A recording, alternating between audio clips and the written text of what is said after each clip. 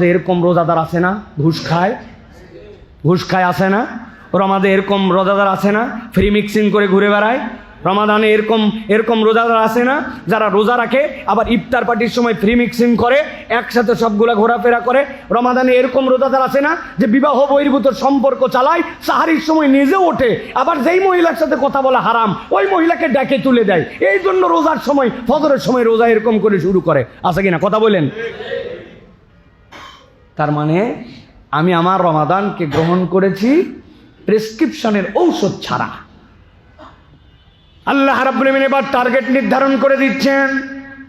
আল্লাহ রাব্বুল আমিন বলছেন, ফামান শাহিদা মিনকুমুশ শাহরা ফালইয়াসুম, আমি দায়িত্ব দিলাম তোমাদের কেউ যদি সিয়ামের মাস পেয়ে যাও অবশ্যই রোজা পালন করবে। আল্লাহ বলতেছেন, ইয়া আইয়ুহাল্লাযীনা আমানু কুতিবা আলাইকুমুস সিয়ামু কামা কুতিবা আলাল্লাযীনা মিন ক্বাবলিকুম লাআল্লাকুম তাত্তাকুন। ভেবো না এই সিয়াম কেবল তোমাদের জন্য ফরজ করা হয়েছে। অতীতের যত কম ছিল, আদম আলাইহিস সালাম থেকে ঈসা আলাইহিস সালাম পর্যন্ত সকলের জন্য সিয়াম ফরজ ছিল। পুরা রমাদানে হয়তো ছিল না, কারো জন্য মুহররমের সিয়াম ফরজ ছিল, কারো জন্য জিলহজের সিয়াম ফরজ ছিল, কারো জন্য হয়তো বা দেখা যাচ্ছে আল্লাহর পক্ষ থেকে আশুরার সিয়ামটা ফরজ ছিল।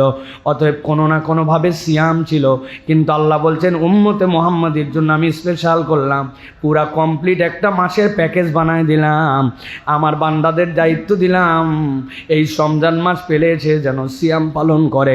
আর কেউ যদি সিয়াম পালন করে আল্লাহ বলছেন আশা করা যায় সে তাকওয়ার পথে থাকবে, লাআল্লাকুম তাত্তাকুন। ওই ব্যক্তি আশা করা যায় মুত্তাকি হওয়ার পথে সে এগিয়ে যাবে। সুবহানাল্লাহ, মুত্তাকি হওয়ার পথে সে আগাবে। কেমনে আগাবে? গোল প্ল্যানিং। আমি একবারে পুরা জীবনের সব গুনাহ খাতা ছেড়ে দিব। সারা জীবন বিড়ি খাইছি, চিন্তা করছে আগামীকালকে বিড়ি একবারে বাদ দিয়ে দিব, গুনাহ একবারে বাদ দিয়ে দিব, আগামীকালকের থেকে একবারে তাকবীর উলার সাথে নামাজ ধরে ফেলবো। এটা মানবীয় ফিতরাতে মানুষের দ্বারা সম্ভব নয়। মানুষকে ছোট ছোট স্টেপের মাধ্যমে মানুষকে এগোতে হয়। আল্লাহ রাব্বুল আমিন বলছেন লাআল্লাকুম তাত্তাকুন, এই রমাদান তোমাকে ছোট ছোট ফুট স্টেপ, তোমার স্টেপ মার্কগুলো নির্ধারণ করে দিবে। বেটা তুমি দিনের বেলা রোজার অবস্থায় তুমি সিগারেটটা খাও না, তাহলে তুমি তো দেখছোই 15 ঘন্টা তুমি না খেয়ে থাকতে পারো। তাহলে আস্তে করে রাতও বাদ দাও, আস্তে করে 1 মাস 1 সপ্তাহ করে তুমি 1 মাস বাদ দাও। ওই লোক তখন আল্লাহর কাছে কোনো অজুহাত দিতে পারবে না যে আল্লাহ আমি তো কোনো উপায় ছিল না, নিরুপায় হয়ে খাইছিলাম না। রব্বুল আলামিন তাকে একটা প্ল্যানিং দিয়েছেন, এই প্ল্যানিংয়ে সে বাস্তবায়িত হয়ে আস্তে করে গুনার পথ থেকে ভালোর পথে আসছে। ওই লোক নামাজ আগে কন্টিনিউ করতো না, কিন্তু রমাদানে আল্লাহ বলছেন তুমি 5 ওয়াক্ত সালাত আদায় করতে শুরু করো, জামাতের সাথে সালাত আদায় করতে শুরু করো। একটা বান্দা যদি 30 দিন সালাতে অভ্যস্ত হয় তাহলে সাবকনশাস মাইন্ডে মানুষ ওই কাজগুলিতে অভ্যস্ত হয়ে যাবে।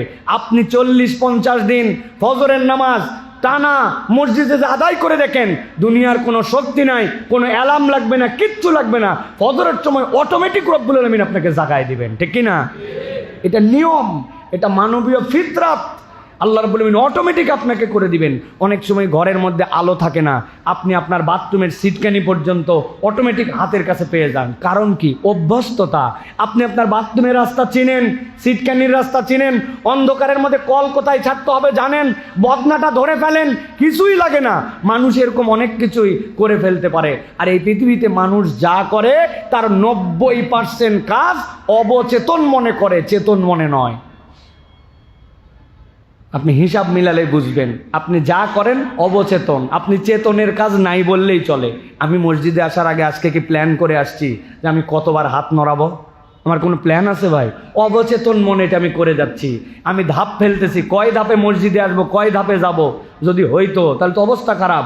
ডাক্তার যদি বলে দিত আপনার হার্টের অবস্থা খারাপ, প্রতি মিনিটে আপনি 20 বার করে নিঃশ্বাস নেবেন, ওই লোক তো 10 মিনিটের মধ্যে শেষ। ও 1 2 3 4 5 6 7 8 9 এরকম করে যদি হিসাব করার নিঃশ্বাস ফেলা লাগতো তো 10 মিনিটের মধ্যেও শেষ, ওর ক্যারিয়ার বরবাদ। আমরা আমাদের জীবনে যা করি ম্যাক্সিমাম কাজ আমরা অবচেতন মনে করি। আল্লাহ বলছেন লাআল্লাকুম তাত্তাকুন, আমি তোমার লাইফ স্টাইলেই আমি তাকওয়াকে ঢুকাই দিতে চাই। ওইটা এমনি এমনি আসবে না। রমাদানের প্র্যাকটিসে ও জামাতবদ্ধ নামাজ আদায় করছে, রমাদানের প্র্যাকটিসে মিথ্যা ছেড়েছে, রমাদানের প্র্যাকটিসে ঝগড়াবাদ দিছে, রমাদানের প্র্যাকটিসে চোখের গুণাবাদ দিছে, রমাদানের প্র্যাকটিসে ও দান খয়রাতের অভ্যস্ত হয়েছে। আল্লাহ বলছেন এরপরে ফকির আসলে তখন মুখ দিয়ে বলতে মন যাবে না মাফ করো, তখন পকেটে অটোমেটিক হাত চলে যাবে। আল্লাহ বলছেন এই ট্রেনিং এর জন্য আমি রমাদান মাস দিয়েছি। সুবহানাল্লাহ। প্রিয় ভাইয়েরা, আমি অনেক সময় বলি, আমরা অনেকে বাইক চালাই, অনেকে গাড়ি চালাই। আমার গাড়িটা যখন 3000 কিলোমিটার চলে, 3500 কিলোমিটার চলে, তখন আমাকে বলে দিচ্ছে গ্যারেজওয়ালারা যে ভাই গাড়িটা কিন্তু 3500 হলে আবার আমাদের গ্যারেজে নিয়ে আইসেন, এর বেশি চালালে আপনার জন্য মোবাইল টোবেলগুলো বেশি হয়ে যায়, তা আপনার জন্য কিন্তু গাড়িটার ইঞ্জিনে ক্ষতি হতে পারে। আমি তো 3200 কিলোমিটার বেশি গাড়ি চালাই না, চিন্তা করছে 3500 তো আমার দামি ইঞ্জিন যদি ক্ষতি হয়ে যায়, আমার গাড়ির যদি ক্ষতি হয়, ভাই 300 কিলোমিটার কম চলা। নিয়ে চলে গেলাম। ওরা নিয়ে যাওয়ার পরে সাথে সাথে মোবাইল ডাউন দিল, দিয়ে নতুন মোবাইল দিল, মোবাইল ফিল্টারটা লাগাই দিল, এয়ার ফিল্টারটা চেঞ্জ করে দিল, এসি ফিল্টারটা চেঞ্জ করে দিল।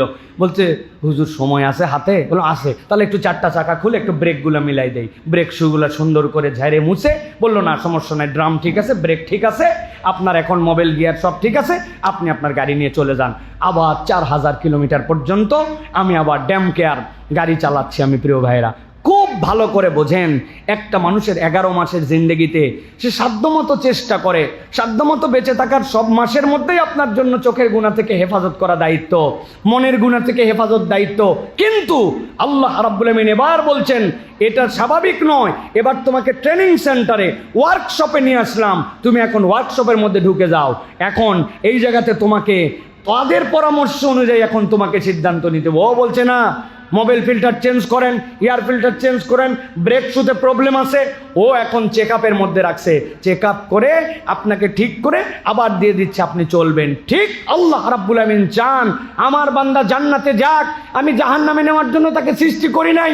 কিন্তু আমার বান্দা শয়তানের ধোকায় পড়ে, যার নফসের ধোকায় পড়ে, নানান ধরনের দুনিয়াবি পেরেশানিতে পড়ে নামাজগুলো ওয়াক্ত মতো পড়ে নাই, অনেক সময় চোখের গুনাহ করছে, অন্তরের গুনাহ করছে, করতে করতে তো এখন সে জাহান্নামের পথে চলে গেছে। আমি আমার বান্দাকে ওয়ার্কশপে ঢুকালাম, আমার বান্দাকে আমার পক্ষ থেকে রহমত, আমার পক্ষ থেকে মাগফিরাত, আমার পক্ষ থেকে নাজাত। শয়তান যেটা বিদ্রোহী তাকে আটকায় রেখে জান্নাতের দরজা খুলে, আসমানের দরজা খুলে আমার বান্দাকে আবার রেডি করে, আমার বান্দা যদি ওই পরবর্তী রমজানের আগে থেকে এই পর্যন্ত যে রোজা, এর মধ্যে সব গুনাহ মাফ করে দিয়ে আমার বান্দাকে আবার জান্নাতের উপযুক্ত করে দিলাম। সুবহানাল্লাহ। এটা রমজানের টার্গেট। এখন আপনি রাস্তাতেও যা, গ্যারেজেও তাই, আপনি কোনো কিছুই মানেন না, রমাদানেও যা, রমজানের বাহিরেও তাই, তাহলে আপনার আমার এই রমাদান যে উদ্দেশ্যে এসেছে এইটা কোনোভাবেই আপনার আমার সাথে ফিট করতেছে না। এই জন্য এই রমাদান আমাদের জন্য প্রিয় ভাইরা কাজ দিবে না। এই জন্য আল্লাহ রাব্বুল আমিন বলছেন এই রমাদান তোমার ছোট সময় বড় প্যাকেজ, বাম্পার অফার আমাদের আসে না যে অমুক সময় বিগ সেল 70% ডিসকাউন্ট দিয়ে দেওয়া হয়েছে, দোকান শেষ করে দিবে, লাভ অনেক পর্যাপ্ত হয়ে গেছে, এখন একদম বাম্পার অফার, মেলাতে অফার, এই অফার। আল্লাহ বলছেন তোমার ক্ষুদ্র জীবনে রমাদান তোমার জন্য যে অফার আনছে এটা যদি তুমি একবার কল্পনা না করো, তাহলে তুমি তোমার মানবীয় মূল্যবোধে তোমার নিজেকে মূল্যায়নই করতে শেখো নাই। আল্লাহ বলছেন এটা তো এমন জিনিস যার মধ্যে আমি রব্বুল আলামিন তোমাকে নিয়ামত দিয়েছি, কি লাইলাতুল কদরি খায়রুম মিন আলফি শাহর। আল্লাহ বলতেছেন এটা তোমার জন্য 1000 মাসের থেকে উত্তম। কত উত্তম? আল্লাহ বলছেন তোমাকে জান্নাতে নিতে যত লাগবে তত উত্তম। সুবহানাল্লাহ। নূহ আলাইহিস সালামের কওম 1500 বছর হায়াত পাইছে এক লোক। এ যদি 15 বছরে বালেগ হয় তো 1500 বছর হায়াতে 1485 বছর কম বেশি আল্লাহ রাব্বুল আলামিনের জন্য নামাজ কালাম ইবাদতের সুযোগ পাইছে। আর আপনি আমি 60 বছরের জীবনে 15 বছরে বালেগ হয়ে অর্ধেক ঘুমায়া, অর্ধেক বাথরুমে কাটায়া, অর্ধেক খাইয়া, পুরা 60 বছরের জীবন 1.5 বছর ইবাদত হিসাব করলে হবে না, পুরা আপনি বের করতে পারবেন না, সব মিলাই 1.5 বছর হবে না। আরে এই বেটা বাঁচতে 15 বছর। আল্লাহ বলছেন আমি হচ্ছি ইনসাফকারী রব, আমি আদেল রব, আল্লাহ বলতেছেন উম্মতে মুহাম্মাদের আগে কোন উম্মত জান্নাতে যাবে না। নূহ আলাইহিস সালামের উম্মতের সমস্যা কোথায়? 1500 বছর ইবাদত করছে, আল্লাহর কাছে ধরবে তো? আল্লাহ আমি 1500 বছর, এবার 60 বছর, এ তো মরিচ গাছ, আমি হচ্ছে বট গাছ, ঠিক না ভাই? এ তো মরিচ গাছ, ঘাস, আমি হচ্ছে তাল গাছ, আর হচ্ছে ঘাস।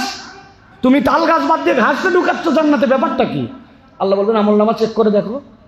আমলনামা চেক করে দেখা যাবে লাইলাতুল কদর খায়রুম মিন আলফি শাহর। আমি আল্লাহ, আমি যে জান্নাত দেবো, আমি প্যাকেজ ঘোষণা করে রাখছিলাম, এই রাত যদি কেউ পাই আমি তারে দিয়ে দিব, তোর সমস্যা কোথায়? আমি আমার মালিক, দুনিয়ার মালিক, আমি জান্নাতের মালিক আল্লাহ। আল্লাহ মিলাই দেখবেন ওই বান্দার আলফি শাহর, আল্লাহর এটা হচ্ছে একটা বর্ণনা মাত্র। আল্লাহ বলছেন ওকে যা দিয়ে জান্নাতে ঢুকতে হবে ওই পর্যন্ত আমি তাকে দান করে দিব। সুবহানাল্লাহ।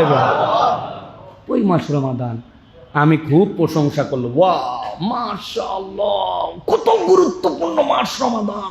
রমাদানের মতো মাসই হয় না। এই মাসে কোরআন এসেছে, এই মাসে আল্লাহ রাব্বুল আমিন দয়া করে। এইগুলো ওয়াজ করে ওষুধ খাই নাই, বুঝছেন তো না? ওষুধ খাই নাই, কাজ হবে তো না? রমাদানের গুণকীর্তন করে কাজ হবে তো? ওষুধ কি? ওষুধগুলো আপনাকে গ্রহণ করতে হবে প্রিয় ভাইরা। রাসূলুল্লাহ সাল্লাল্লাহু আলাইহি ওয়াসাল্লামের 3টা হাদিস আপনাদের কাছে বলবো। নবী করিম সাল্লাল্লাহু আলাইহি ওয়াসাল্লাম বলছেন, আতাকুম রমাদানুন শাহরুন মুবারাক ফারাদাল্লাহু আযজা ওয়া জাল্লা আলাইকুম সিয়ামাহু তুফতাহু ফীহি আবওয়াবুস সামা।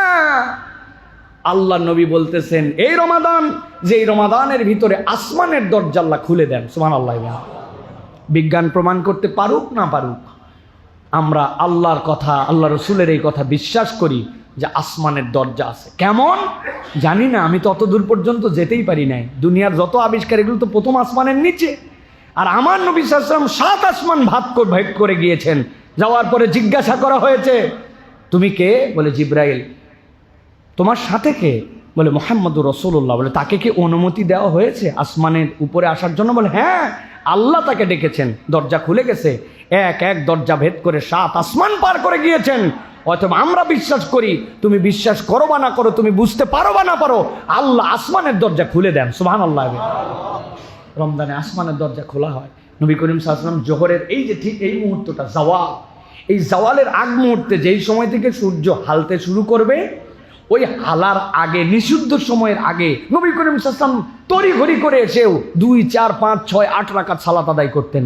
সাহাবীরা জিজ্ঞাসা করছে লিমা সাল্লাইতা ইয়া রাসূলুল্লাহ, আপনি একটু পরে তো জোহর, কিন্তু এই সময় আপনি একদম জাওয়ালের আগ মুহূর্তে আপনি কেন সালাত আদায় করেন? বলে শোনো, আল্লাহ আমাকে দেখিয়েছেন এই সময় আল্লাহ আসমানের দরজা খোলেন, অতএব আসমানের দরজা খোলার সময় আমি বান্দা সালাত আদায় করতেছি, আল্লাহ যেন এইটা আল্লাহর কাছে উপস্থাপিত হয়, আল্লাহর কাছে আমি রহমত চাই, এই জন্য এই সময় সালাত আদায় করি। সুবহানাল্লাহ। ওটা হয় দিনে। আর আল্লাহ রাব্বুল আমিন বলছেন রমাদানে পুরা সময় নবী জানায় রাখেন আমার বান্দার জন্য আমি আসমানের দরজা খুলে রাখি। আল্লাহ বলতেছেন তুগলাকু ফীহি আবওয়াবুল জাহিম, জাহান্নামের দরজাকে বন্ধ করে দেওয়া হয়।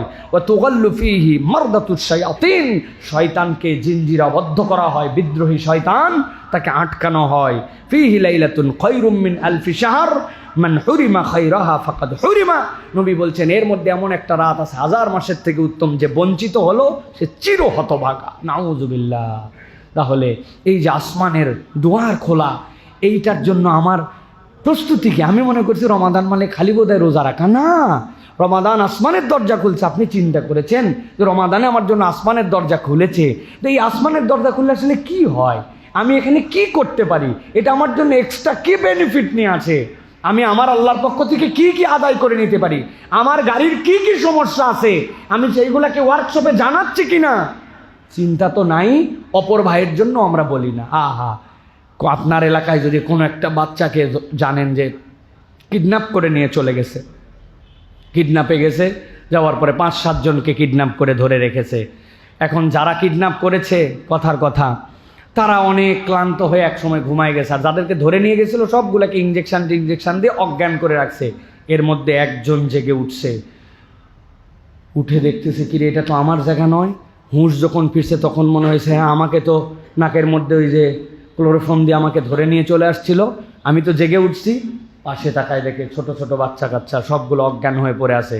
দূরে তাকায় দেখে যেই বেটা অজ্ঞান করছে ওই বেটাও তো গভীর ঘুমে কেলায় পড়ে আছে। এখন ওর দায়িত্ব কি? নিজে তো পালাবেই সুযোগ পাইলে, সাথে ওর দায়িত্ব হচ্ছে পাশে তার ভাইকেও ধরে নিয়ে আসছিল, ও তো চিন্তা করবে আমি একাই বাঁচবো, আমার ভাইরে কিডন্যাপ করে নিয়ে আসছে আমার বন্ধু, তারে আমার উঠান লাগবে না। পরে বলছে এই ওট ওট চল, ওই যে যারা কিডন্যাপ করে নিয়ে আসছে ওরা সবগুলা আটকায় গেছে, এখন সবগুলা ঘুমায় গেছে, আমাদের পালান লাগবে। ওই লোক উঠতেছে না, ওই বলছে রাগ তো কেবল একটু ঘুম ধরছে। ওই বলবে যে ঘুম ধরা মানে পাগল, ঘুমানোর বহুত সময় পাবি। কথা যখন শুনবে না ওর পাশা বরাবর কইসে 2 লাত্তি মারে দিবে, গালের মধ্যে ঠাস ঠাস 2 থাপ্পড় দিবে, প্রয়োজনে পানি থাকলে মাথার মধ্যে পানি ঢেলে দিবে, দিয়ে ওকে উঠাবে যে বাবা এখন ঘুমানোর সময় না, তুমি আরাম যতই পাও এখন আরামের সময় না, ওঠ। জাহান্নাম থেকে আল্লাহ রাব্বুল আলামিন শয়তানকে আটকায় দিলেন, জান্নাতের দরজা খুলে দিলেন, আল্লাহর রহমত দিয়ে দিলেন। আপনি আমি চিন্তা করলাম নিজে বাঁচলে বাপের নাম, আমি আমারটুকুই করি তো না। আল্লাহ আপনার বোধের জায়গা যদি জাগ্রত করেন তাহলে আপনার আরেক ভাইকে জাগ্রত করতে হবে, আরেক ভাইকে নসিহত করতে হবে, আপনার পরিবারের মধ্যে এটার বার্তা ছড়াই দিতে হবে। না বউ, অনেক দিন তুমি বেপর্দা চলেছ, তুমি আর বেপর্দা আমার বাড়ির থেকে ঘুরতে পারো না। আমি তোমাকে জাগানোর জন্য বলতেছি, আল্লাহর বিধান এটা। এই ছেলে তুমি আমার বাড়িতে থাকো বাবা, তুমি নামাজ অনেক মিস করেছো, আর না। কথা শুনতে নাও পারে, তখন কি করবেন আপনি? আপনি তো জাহান্নাম থেকে বাঁচানোর জন্য মাঝে মাঝে হাঁকানো লাগতে পারে, মাঝে মাঝে পানি ঢালা লাগতে পারে, মাঝে মাঝে পাছায় লাথি মারা লাগতে পারে না ভাই? এটা আপনাদের রূপক অর্থে বুঝিয়েছি। কিন্তু প্রিয় ভাইয়েরা, আমাদের এই সমাজ যদি আমরা সামগ্রিক পরিবর্তন করতে চাই তাহলে আমাদের সকলের এই রমাদানকে সম্মান করে এই প্রচেষ্টাটা নিতে হবে প্রিয় ভাই। এটা হচ্ছে রমাদানের মৌলিক উদ্দেশ্য। আমরা রমাদানের মৌলিক উদ্দেশ্যের জায়গা কিন্তু আমরা পরিবর্তন করে ফেলেছি প্রিয় ভাইয়েরা। আল্লাহ নবী সাল্লাল্লাহু আলাইহি সাল্লাম বলছেন, ইযা জা রমাদান ফুতিহাত আবওয়াবুল জান্নাহ ওয়া গুল্লিকাত আবওয়াবুন নার ওয়া সুফিদাতিশ শায়াতিন। জান্নাতের দরজা খুলে যায়, জাহান্নামের দরজা বন্ধ হয়, আর শয়তানকে জিনজির আবদ্ধ করা হয়। জিজ্ঞাসা হচ্ছে জান্নাতের দরজা কেমনে খোলে, জাহান্নামের দরজা কেমনে বন্ধ হয়? মুহাদ্দিসিনে কেরাম ব্যাখ্যা করছেন, আল্লাহ দয়া করে জান্নাতের কাজগুলা মানুষের জন্য সহজ করে দেন। সুবহানাল্লাহ। আল্লাহ দয়া করে গুনার কাজগুলা বান্দার মনের মধ্যে ওই সময় কঠিন বানায় দেন। ওই বান্দা হিসাব করে এটাই হচ্ছে জান্নাতের দুয়ার খুলে যাওয়া।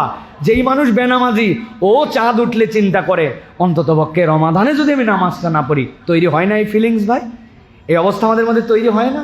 একটা পরিবর্তন অটোমেটিক তৈরি হয় আমাদের মধ্যে।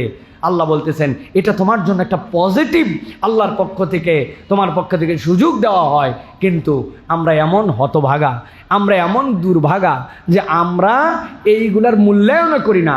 আগে রমাদানে তাও একটু উৎসাহ উদ্দীপনা ছিল, এখন উৎসাহ উদ্দীপনাও আমাদের মধ্যে থেকে হারায় যাচ্ছে, ঠিক না ভাই?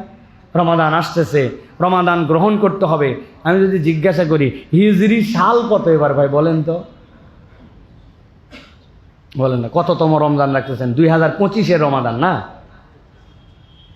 হ্যাঁ, আমাদের কি অবস্থা চিন্তা করেন। আপনার সন্তানকে যদি জিজ্ঞাসা করেন রমাদানের আগের মাস কি বাপ, পরের মাস কি, বলে রমাদানের আগের মাস জানুয়ারি, ফেব্রুয়ারি, আর রমাদানের পরের মাস এপ্রিল না মার্চ। এইটা কি রমাদানের আগের পরের মাস? না। রমাদানের এই যে আমাদের মধ্যে থেকে ধর্মীয় চেতনাগুলা নামতে নামতে নামতে আমরা যে কোথায় যে ঠেকায় গেছি প্রিয় ভাইরা। এই জন্য অন্তত পরিবারে একটু উৎসাহ দেন, বাচ্চা কাচ্চাকে একটু জাগরুক করেন। আমি তো আমার বাচ্চাদের জন্য সবসময় বলি, ওদের প্রস্তুতি শুরু হয়ে গেছে রমাদানের, তারা সুন্দর করে প্ল্যাকার্ড লিখছে। আমার বাড়ির মধ্যে সাধ্যের মধ্যে যতটুকু ওই চাঁদ, ওই তারা, ওইটা ঝুলানো, তাদের মধ্যে একটা উৎসাহ দেওয়া রমাদানের জন্য। প্রথম রোজা, তারপরে কোন রোজা, তারপরে রমাদানে কি করবে, ছোটোবেলার থেকে এই উৎসাহগুলি দেওয়া, এই উদ্দীপনাগুলি দেওয়া। অনেক সময় মনে হবে এটা লোক দেখানো, কিন্তু এটা লোক দেখানো নয়। আপনি একটা বড় কিছুর প্রাপ্তিতে আপনি আপনার ছোট জেনারেশনকে রেডি করতেছেন, তাদেরকে মেন্টালি এটার জন্য বিল্ড আপ করতেছেন। এটা আল্লাহ চান, এটা হচ্ছে রমাদানের একটা সম্মান প্রিয় ভাইয়েরা।